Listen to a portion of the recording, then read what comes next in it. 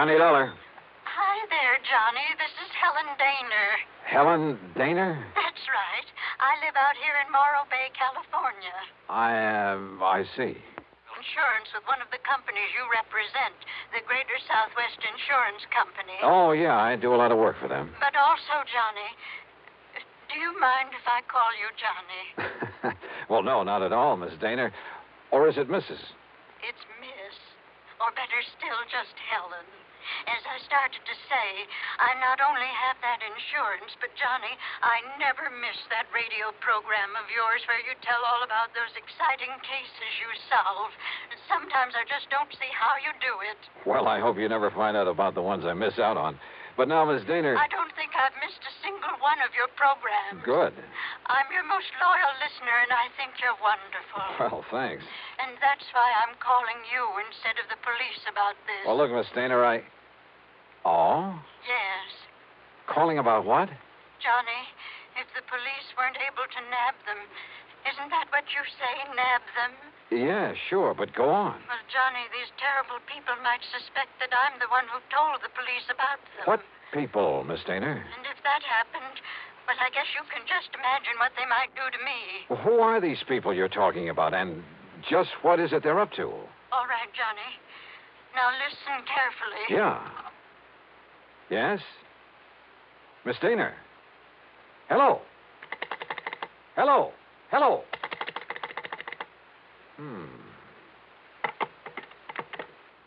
Oh, come on now, Dollar. Don't be a sucker for a... And yet... I wonder...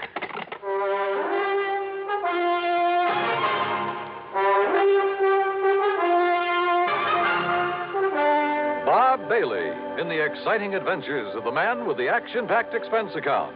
America's fabulous freelance insurance investigator. Yours truly, Johnny Dollar.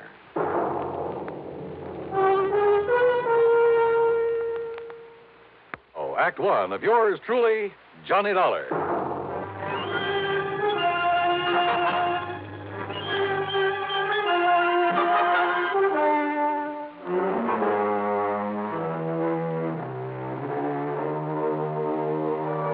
Expense account submitted by Special Investigator Johnny Dollar to the Greater Southwest Insurance Company, Home Office, Los Angeles, California.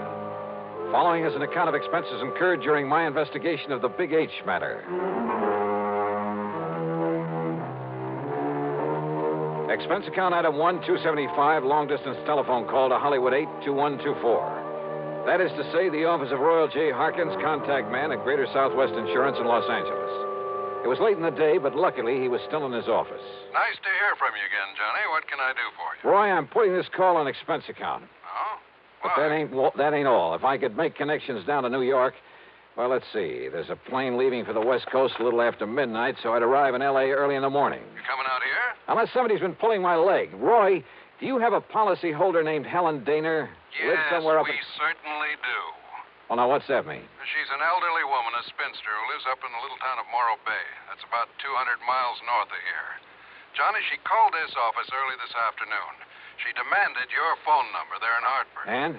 Well, I didn't give it to her. Why not? Because she wouldn't say why she wanted to get in touch with you. Oh, fine. And knowing how busy you always are, well... But then, just a few minutes ago, I began to wonder about it. Yes? Well, after all, if she wanted to contact you about some insurance matter... Yeah. What? Well, did you call her back? Yes, since we handle all her insurance. That is, I tried to, but I got no answer. Then, Roy, I'm going to grab that plane I was talking about. Well, now, wait. Did she get to you? Did you talk to her? Yes. And it has something to do with her insurance? Plenty. So I'm flying out there, Roy, at your company's expense. Now, just a minute, Unless, Johnny. of course, you'd rather pay off her insurance to some beneficiary. Johnny. Then just be sure to have a rental car waiting for me when I pull into the airport. Item 2, 162.85 plane fare. The big mainliner took off from New York's International Airport promptly at 12:30 a.m. At 6:30 Pacific time, I stepped off the plane at L.A. International. Dollar, this way. Oh, hi, Roy. I didn't exactly expect you to be here in person this early in the morning. Well, I am. I've got a rental car ready and waiting for you out at the curb. Good.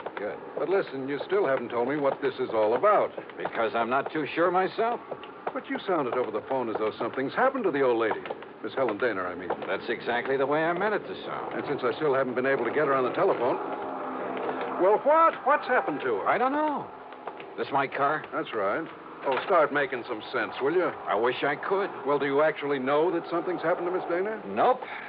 But if it hasn't, I've got to do everything I can to prevent it. Johnny, prevent what? Royal, I only wish I knew. Johnny! Johnny! Thanks to an excellent highway and light traffic, I made good time through Santa Monica, then Santa Barbara, even past the famous Pismo Beach. It was just afternoon when I pulled into Morro Bay. When I stopped for gas, that's item 3, 420, I looked up Miss Helen Daner's address in the local phone book. It turned out to be a modest little frame house about half a mile south of Morro Rock on the landward side of the bay. It had some nice, well-kept flower beds in front, and at the back I could see a small, rather decrepit dock that stuck out into the bay. A brand new, expensive automobile was parked in the street in front of the place. Hardly the kind of car you'd expect a sweet old lady to be driving along. Well, there was only one way to find out.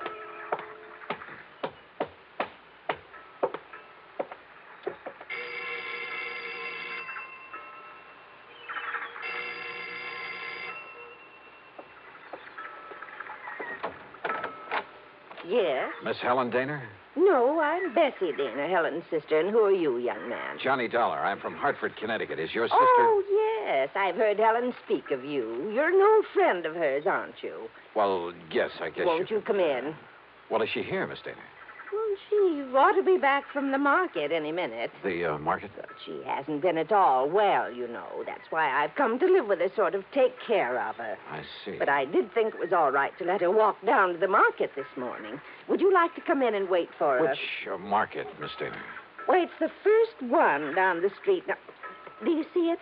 That little supermarket just 2 blocks away.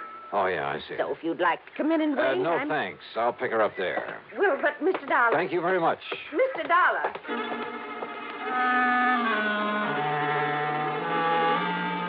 There was something very funny here, but I wasn't sure just what. Or maybe I'd just fallen for some gag on the part of a fan on my radio program who wanted to see her favorite hero in person. In any event, there was one sure way to find out, from Miss Helen Daner herself. And if she was still at the market. But as it turned out, I got that well-known kick in the face. Why, of course I know Miss Eleanor well, sir. Then will you please point her out to me? Miss Helen Daner? That's right. Oh, but she isn't here, sir. Oh. Then perhaps she went to some other store. Most certainly not, sir. What? We deliver everything that she orders to her little house up the street. Well, that still doesn't prove Well, you anything. see, Miss Helen hasn't been out of that house for weeks, hasn't budged. You're sure of that? Why, of course I'm... Why, what's the matter, sir?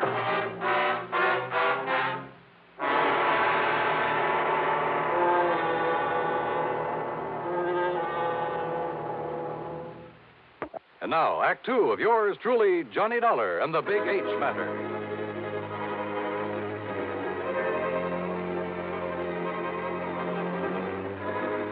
If old Miss Helen Daner, who telephoned me in Hartford, asked me to come out here to Morro Bay in California, if Miss Daner hadn't budged from her little house in weeks, why had her sister told me she was at the market? Could all this somehow tie in with the terrible people she tried to tell me about on the telephone? I jumped into my car and drove back to the little home on the bay.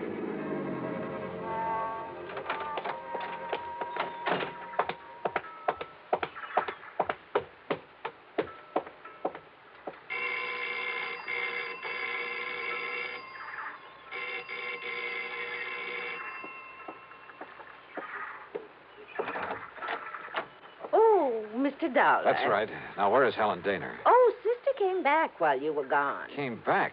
Without my seeing her? Now, listen, I was... Yes? Well, the manager of that market said she hasn't been out of this house for weeks. What? Oh, you must have gone to the supermarket. Well, where else? And just because she isn't shopping there anymore... Oh, now, look, Miss Daner, you But told me... Won't you come in? I think she'll be terribly disappointed if you don't. You see, she's told me all about you now. In the couple of minutes I was away from here? An insurance investigator. I think it's awfully thrilling. But now come in and see her. I think she's been kind of expecting you. Yeah. And if you'd like to know what I think, Miss... Good Lord.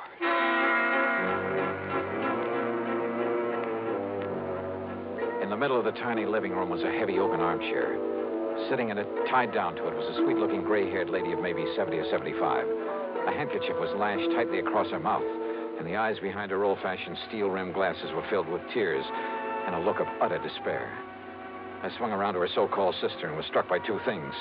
She seemed to have suddenly lost about 20 years. Her face wore an unpleasant smirk, and in her right hand was a .38 aimed at me. Don't move, Mr. Dollar. This gun is not only loaded, but cocked, and it has a hair trigger. Stand perfectly still, because it'll be right in the middle of your back. So, while I take away your gun... All right. Now, sit over there in that chair against the wall. You'd better do as I say, Mr. Dollar.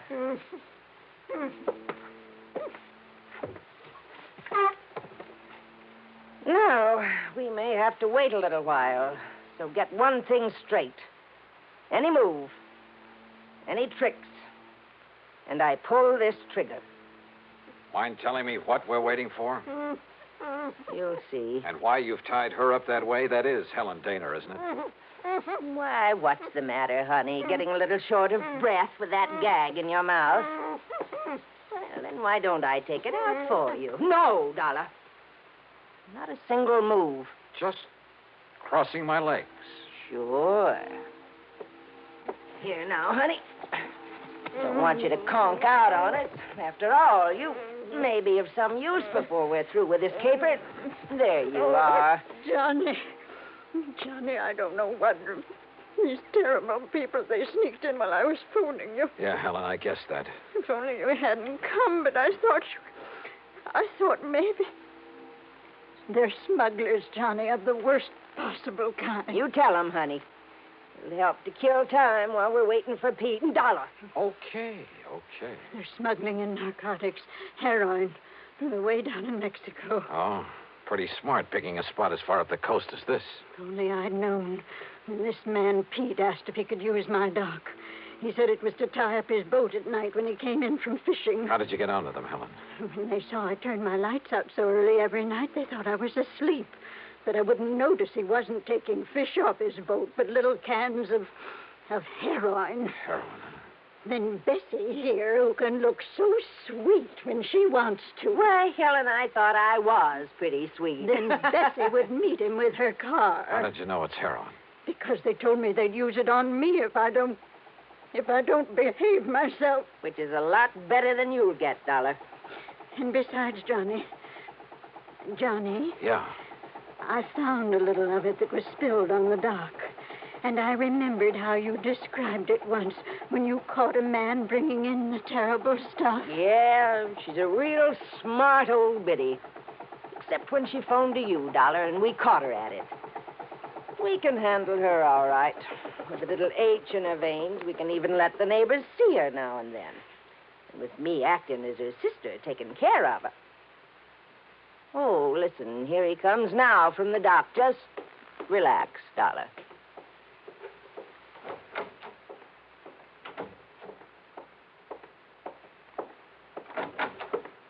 Well, what a charming little party. Johnny, this is...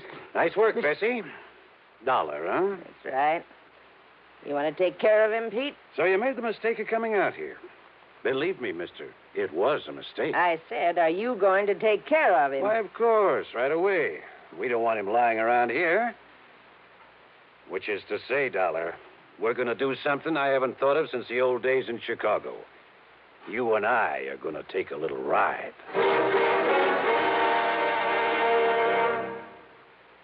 Act 3 of yours truly, Johnny Dollar. Take a little ride, huh? That's right. Chicago style. Exactly, Dollar. No, Johnny, don't you see what that means? He's going to take All her right, honey. Just keep out of this. No, I won't. Pete's going to kill him. That's right. Now, shut up. Oh, now, just a Dollar. minute. Sit down. Bessie, be sure you keep the gun on him. Oh, don't worry, Pete. If I had a silencer, though, I'd get rid of him here and now. Has it occurred to you, Pete, that I may have left word with them that if I'm not heard from... Now, don't try to be cute, Dollar. Sure, it occurred to me. I dismissed it. For the simple reason that you couldn't possibly have had any reason to know what you were getting into out here. so forget it. What are you going to do with him, Pete? Well, whatever it is, we'll have to wait till after dark when this one-horse town closes up for the night. Well, then what? Well, I've got to be sure that Dollar's body won't be found until Shut up. until we're through with this operation. That means a week or... Wait, I got it. What, Pete? Up on Cayucas Beach. Cayucas? Yeah, that little town 5 or 6 miles north of here. There's a big pile of rocks, a big cave in them. Nobody'd ever think of looking in there. So, as soon as... Oh, what are you doing? Just digging out a cigarette, if you don't mind. No, sure, go ahead. But this is one time the condemned man won't enjoy a hearty meal. Johnny, isn't there anything? To think I got you into this. I told you to shut up. Listen, I told you. Oh, no, you don't.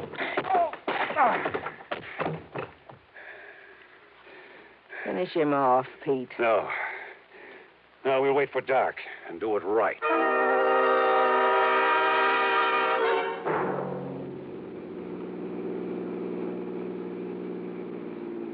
I guess he had really slugged me, because by the time I fully came to, it was night. I was in the back seat of a car driving along the highway beside the ocean. Pete was at the wheel. Beside him, leaning over the back of the seat watching me, was Bessie. And the .38 in her hand was aimed straight at my head. You're sure the old lady won't be able to work herself loose, Bessie? I'm sure. If we'd had any sense, Pete, we would have brought her along on this ride, too. It would have saved us a lot of trouble. Oh, so you've woke up, Dollar. Yeah.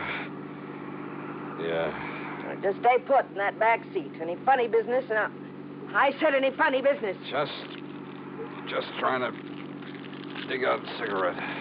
Stay back in that seat. Yeah.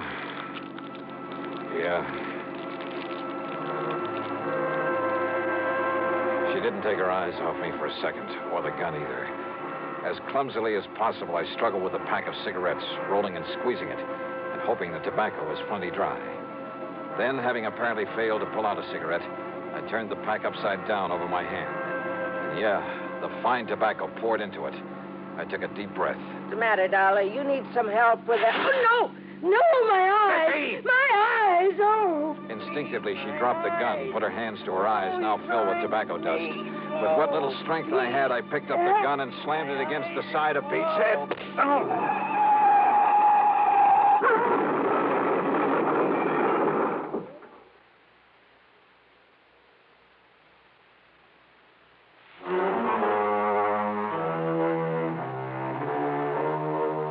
It was a commercial trucker driving one of those big interstate trailer jobs who pulled off the highway to give us a hand.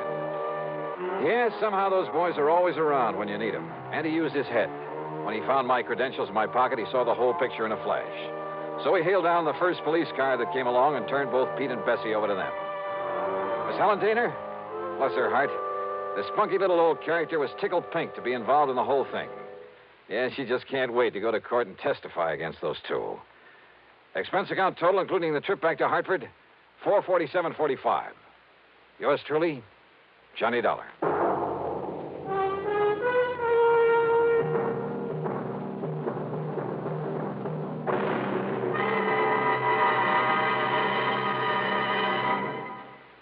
Now, here is our star to tell you about next week's story. Next week, well, so help me, it's the wildest case I ever got messed up with.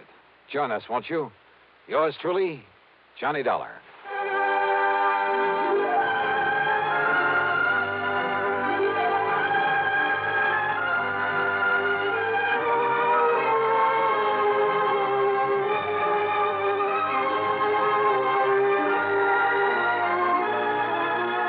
Yours truly, Johnny Dollar, starring Bob Bailey, originates in Hollywood and is written, produced, and directed by Jack Johnstone. Heard in our cast were Peggy Weber, Virginia Gregg, Bartlett Robinson, Joseph Kearns, and Russell Thorson. Be sure to join us next week, same time and station, for another exciting story of yours truly, Johnny Dollar.